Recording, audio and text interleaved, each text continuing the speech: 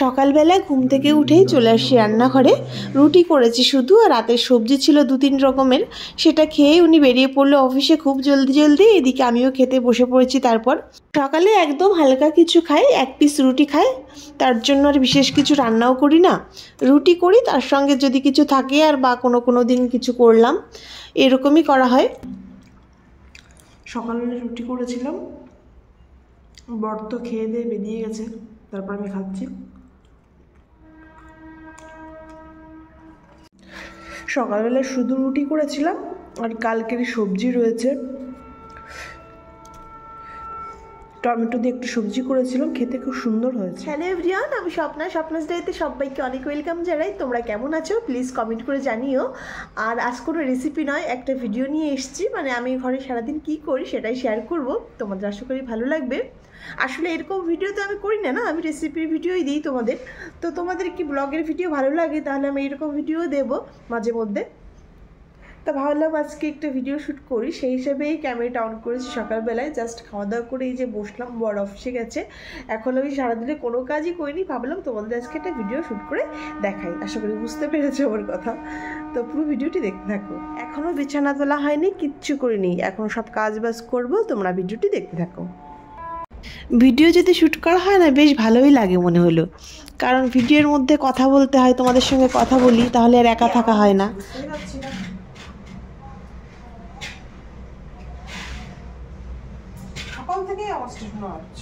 আসলে বাইরে হচ্ছে ঢালাই হচ্ছিল, বাড়ি বানানো হচ্ছে। মোটামুটি গুছিয়ে নিলাম, এবার কিছু শুকনো জামা কাপড় বাইরে নাড়া রয়েছে, ওগুলো গুটিয়ে নেব, তারপর আবার রান্নার দিকে আসতে হবে। এখানে আমাদের দুজনের সংসার, তেমন কিছুই কেনা হয়নি ঘরের, নর্মাল যেগুলো একদম না হলে হয় না সেগুলোই কেনা হয়েছে, দুজনে টুকটুক করে চলি এই আর কি। কিছু কেনারও ইচ্ছা নেই, যেহেতু এখানে আমরা ভাড়াই থাকছি, তাই কোনো রকমে চলা হচ্ছে আর কি। আর আমি ভিডিও শ্যুট করি না এই কারণে, আমি একদম একা থাকি, একদম মানে বোরিং যাকে বলা হয়, তোমাদের ভিডিও দেখতেও ভালো লাগবে না, ওই জন্য আমি না এই ব্লগ শ্যুট করিই না, রান্নার ভিডিও করি একা ঘরে বসে। তারপর দেখো রান্নাঘরে চলে এলাম, রান্নাঘরেও কিন্তু সব এলোমেলো রয়েছে, কিচ্ছু করা হয় না। উনি যখন থাকে বাড়িতে সেই টাইম পর্যন্ত জাস্ট খাওয়া দাওয়া করে ওনাকে পাঠিয়ে দিই, আমি খেয়ে নিই, তারপর আস্তে আস্তে সব আমি গুছিয়ে নিই। রান্নাঘরটাও আস্তে আস্তে পরিষ্কার করে ফেললাম, তারপর 2-4টে থালা বাসন ছিল সেটাও ধুলাম, এরপর আবার সবজি কাটবো। আমি কিন্তু রান্না করার আগে সব সবজি কেটে গুছিয়ে রাখি, তারপর স্নান করে রান্নার দিকে আসি, কারণ কি আমি এই রেসিপি বানাই, তারপর গুছিয়ে নিলে কি হয় রান্না করতে সুবিধা হয়। তো মোটামুটি কমপ্লিট হয়ে গেছে এদিকে, এবার সবজি কাটার দিকে যাব। একটা জিনিস তো আমি খেয়াল করিনি, আমার তো মাথায় দেখা যাচ্ছে না, মাথা কেটে গেছে ক্যামেরায়, সেটা আমি পিছন থেকে তো বুঝতে পারছি না যে ক্যামেরায় কতটুকু উঠছে, পরে দেখে আমার মাথায় দেখা যাচ্ছে না। যাই হোক, আজ লাল শাক রান্না করব, আর দেখি কী করি। লাল শাকটা বাছতে বসে পড়েছি। একা ক্যামেরা না ধরলে যা, আগে যে ভিডিওটা করলাম সেটা মাথা কেটে গেছে, এটা আবার শাক দেখা যাচ্ছে না, কাটছি কি সেটা দেখা যাচ্ছে না, আমাকে দেখা যাচ্ছে, দুটোর একটা দেখাতে হবে। কি অবস্থা। ভিডিও করতে গিয়ে একটা জিনিস আমি খেয়াল করলাম, আমি কিন্তু কথা বলার লোক পেয়ে গেছি। একা থাকি ঘরের মধ্যে, এখন তো লোক পেয়ে গেছি, তোমাদের সঙ্গে আমি সারাদিন কথা বলতে পারবো, কোনো অসুবিধা নেই। কি তোমরা কথা বলবে তো আমার সঙ্গে? যদি তোমরা আমার সঙ্গে কথা বলতে চাও তবেই আমি ভিডিও করব, কথা বলবো, তা নাহলে একা বক করে কি হবে বলো? তোমরা কিভাবে করো রান্না, আগে গুছিয়ে নাও না একসঙ্গে করো?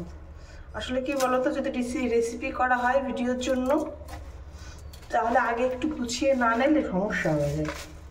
আগে গুছিয়ে নিলে রান্না করতে চটাচট হয়ে যায়, গুছিয়ে কোনো অসুবিধা হয় না।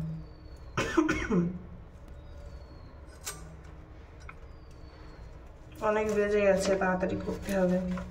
আর এই ভিডিও শ্যুট করলে কি হয় জানো তো, একটু দেরি হয়ে যায় রান্না করতে, একটু টাইম বেশি হাতে রেখে তারপর রান্নার দিকে যেতে হয়।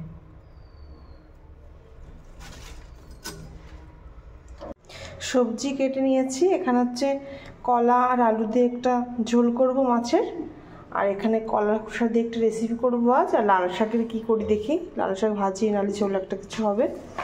তো কেটে রাখা হয়ে গেল, এখন ঘরটা ঝাড় দেবো। সকালে হালকা পাতলা করে ঝাড় দিই, আর এই টাইমটায় খুব ভালো করে ঝাড় দিয়ে নিই। আর যদি মোছার থাকে মুছেও নিই। আমি প্রত্যেক দিন ঘর মুছি না, যেহেতু দুজনই থাকি, আর নোংরাটা না বেশি হয় না, একদিন পর পর মুছলেই হয়ে যায়, তাই প্রত্যেক দিন ঘরটা মুছি না। ঝাড় দিয়ে যদি ধোয়ার থাকে কিছু ধুয়ে তারপর স্নানে চলে যাই। সব কাজ হয়ে গেছে মোটামুটি, এখন যে স্নান করে এসে পুজো দিয়ে তারপর রান্নাবান্নার দিকে যাব। পুজো দিয়ে রান্নার দিকে চলে আসছি।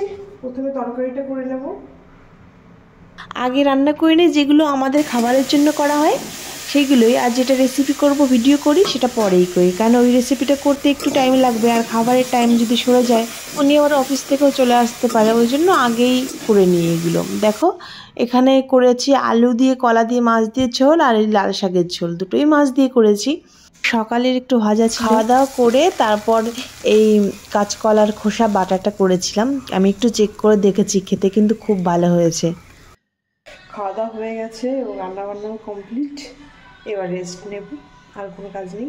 আজ কলার রেসিপিটা আজ দেবো, মানে কলার খোসার যে বাটাটা করেছি ভীষণই টেস্টি হয়েছে খেতে, ওই রেসিপিটা আজ শেয়ার করবো। বিকাল থেকে কিছুই করছিলাম না, শুয়েছিলাম, একটু ঘুমিয়েছি, তারপর সন্ধ্যা হয়ে গেল। তার আগে ভিডিও এডিট করে পোস্ট করেছি। সন্ধ্যা দিয়ে একটু থালা বাসন ছিল সেটা ধুয়ে এখন বসে আছি, কোনো কাজ নেই। চা খাবো, উনি বাইরে গেছে, তো আসুক তারপরে খাওয়া দাওয়া করে। রাতটা হালকা পাতলা কিছু রান্না আছে, তেমন কিছু নেই আর রান্না। কিছুক্ষণ পরে বাজার থেকে চলে আসছি রে, তারপর চলে আসছি দেখো চা করার জন্য। এখানে দুধ চা বসিয়ে দিয়েছি। আমাদের দুধ চাই বেশি পছন্দ করে বিকাল টাইম অন্তত, আর চা এমনি আমরা বেশি খাই না, যদিও খেয়ে থাকি, এই বিকাল টাইমটা দুধ চাই করা হয়।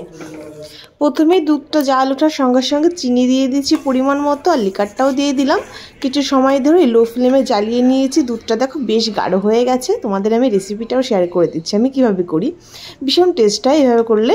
আর লিকারটা একটু বেশি দিতে হয় পরিমাণে, দুধ চা একটু লিকার বেশি হলে ভালো লাগে খেতে। আর চিনিটা তো এক কাপের জন্য 1 চামচ চিনি লাগে। তো দেখো চা নামিয়ে নিয়েছি, এবার খেতেও বসে পড়েছি। দুজনে গল্প করছি, চা খাচ্ছি। দুজনের সংসার এইরকম টুকটুক করে চলতে থাকে। মাঝে মধ্যে যাই ঘুরতে, একটু বেরোই বাজারে কখনো, এইভাবেই চলছে। চা খেয়ে দিয়ে ভাত বসিয়ে দিলাম। তো বন্ধুরা আজকের ভিডিওটি এখানে শেষ করছি। সবাই ভালো থেকো, সুস্থ থেকো।